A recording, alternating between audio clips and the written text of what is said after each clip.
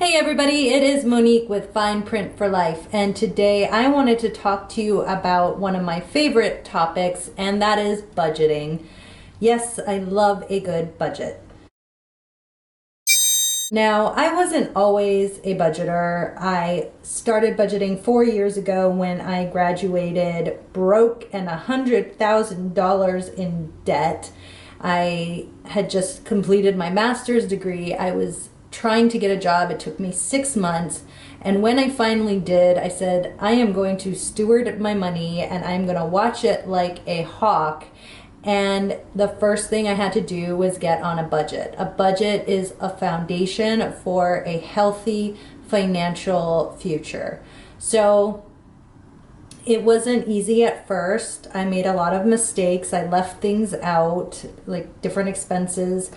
I got frustrated. I couldn't stick to the budget.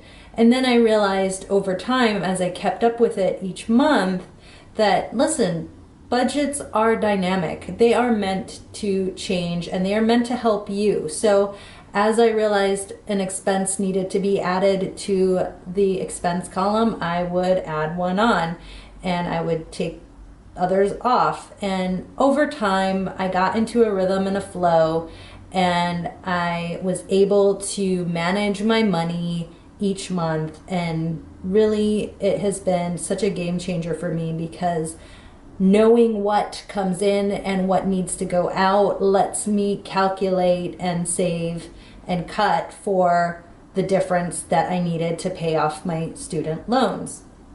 Now, especially during a time like this when things are so uncertain, knowing what expenses that you have and that you can cut is really, really important and helpful.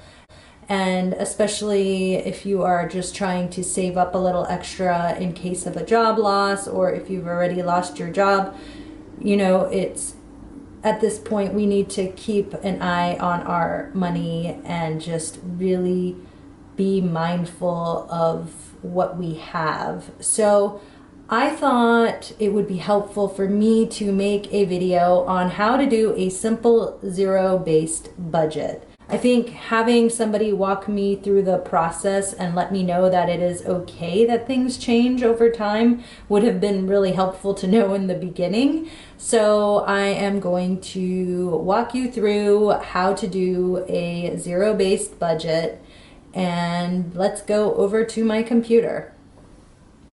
Greetings from my laptop.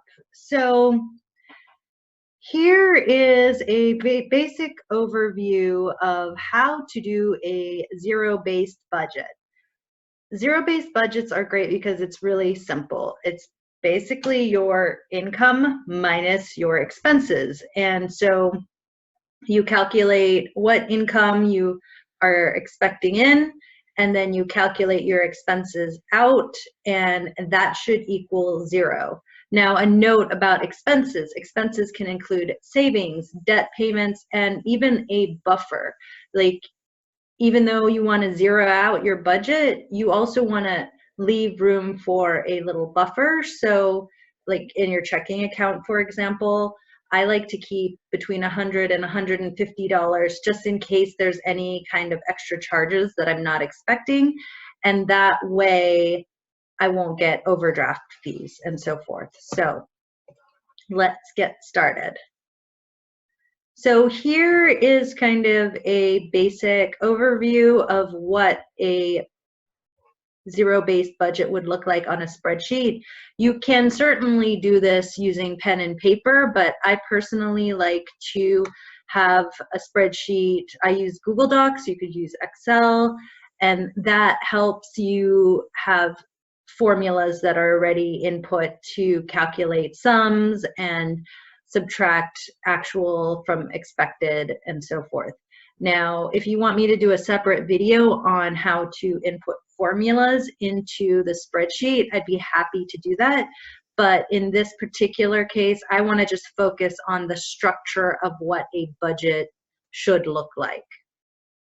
So here we have our expenses, here we have our income, and in red we have our expenses.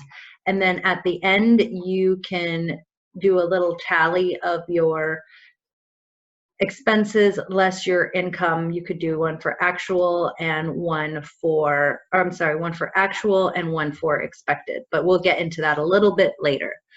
Income. I like to start with my most reliable source of income and work my way down to income that I'm not as sure about. So for me, I'm a salaried person, so we're going to do it from that perspective, but I'll also include some advice on how to budget for freelance work as well. So the first thing I start with is any rollover money from the previous month. Now, I usually don't have a lot of rollover money personally because I spend it all or save it or pay debt with it. So you want to have your column for expected and your column for actual. So say, for example, in March, you had $100 left over, you would just put that in your rollover category right here. And usually for me, I put in I budget on the first of the month or shortly thereafter. So my expected rollover is usually the same as my actual rollover. Then I have my salary. So I'm a salaried employee who gets paid once every week.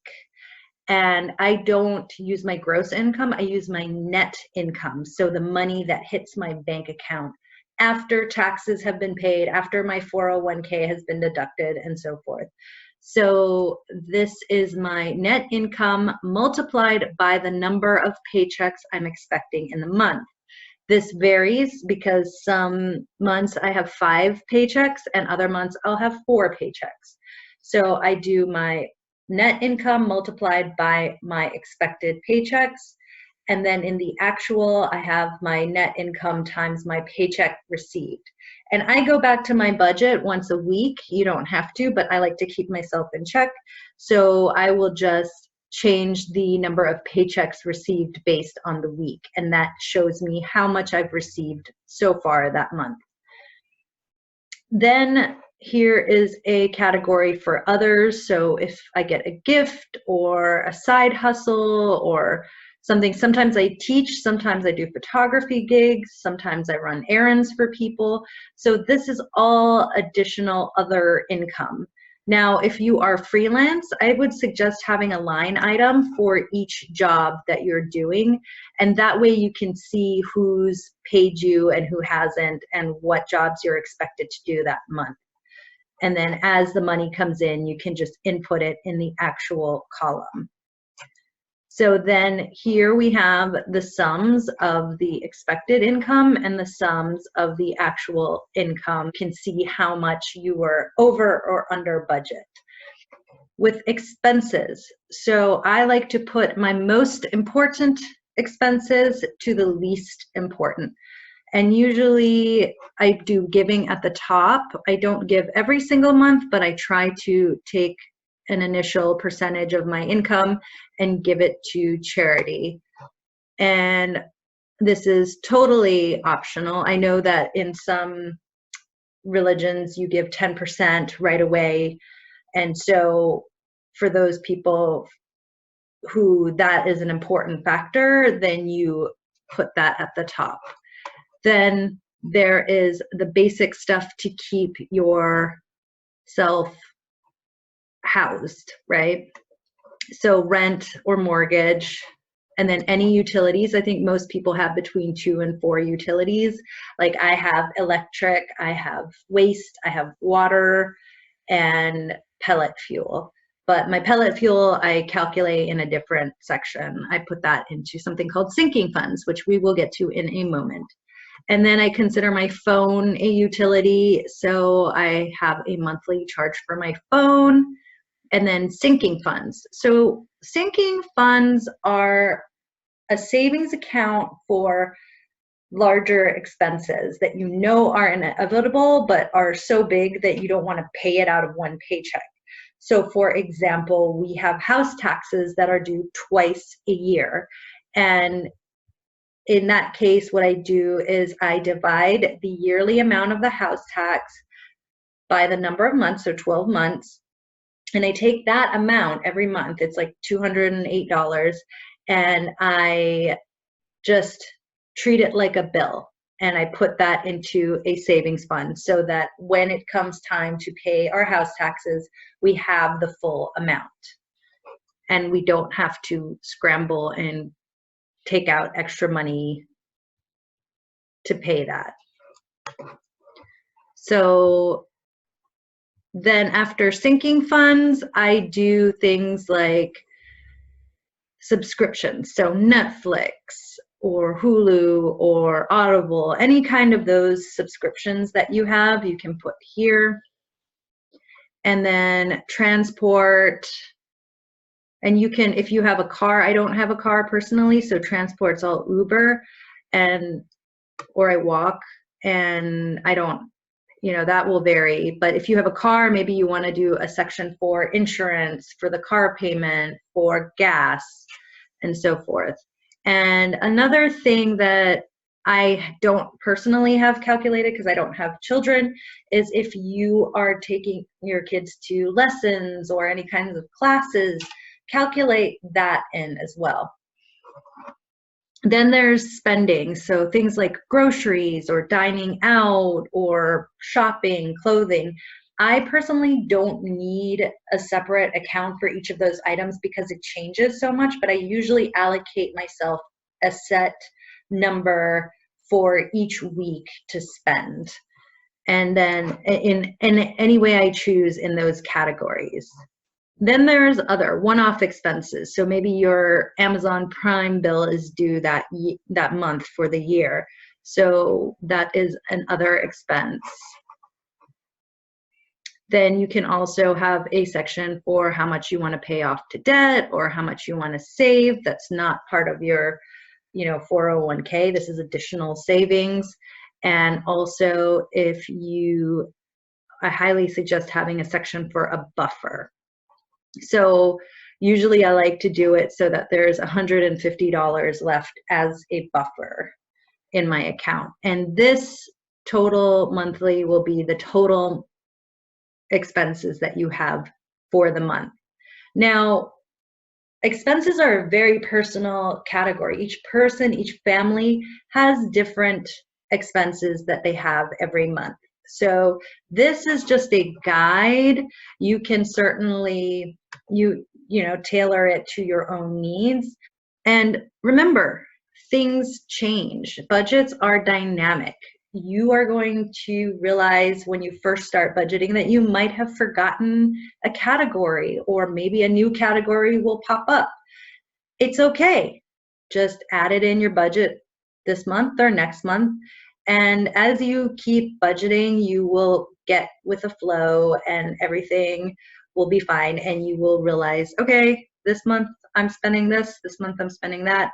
And you start to see patterns emerge eventually, but give yourself grace. If things don't fit in every single line, it's okay.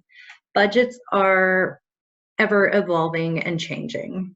And then the final thing that I do is I have a little tally at the bottom of my spreadsheet where I have the total expected income minus the total expected expenses. And this should add up to 0 for the expected. And then the actual, I do the same formula. It's the actual total income minus actual total expenses, not income. And that gives me the plus or minus, if I was over or under that month. Again, here is the overview of what the zero-based budget looks like on a spreadsheet. And in this section, you would have the total expected income minus the total monthly expenses. And here, usually at the end of the month, you can see the sum of the actual total minus what you actually spent. So I hope this has provided a good overview for you on how to budget or how to create your own budget. And yeah, let me know if you have any questions in the comments below. I would be happy to do an additional video on any of these categories that you have. I'm thinking of doing one on sinking funds. And also, if you'd like to see my own personal budget, I'd be happy to walk through that with you as well, because I know I've learned a lot from watching other people's budgets. So let me know if that's something that you are interested in, and I would be happy to do a video. Thanks so much for watching, and see you next time. Bye.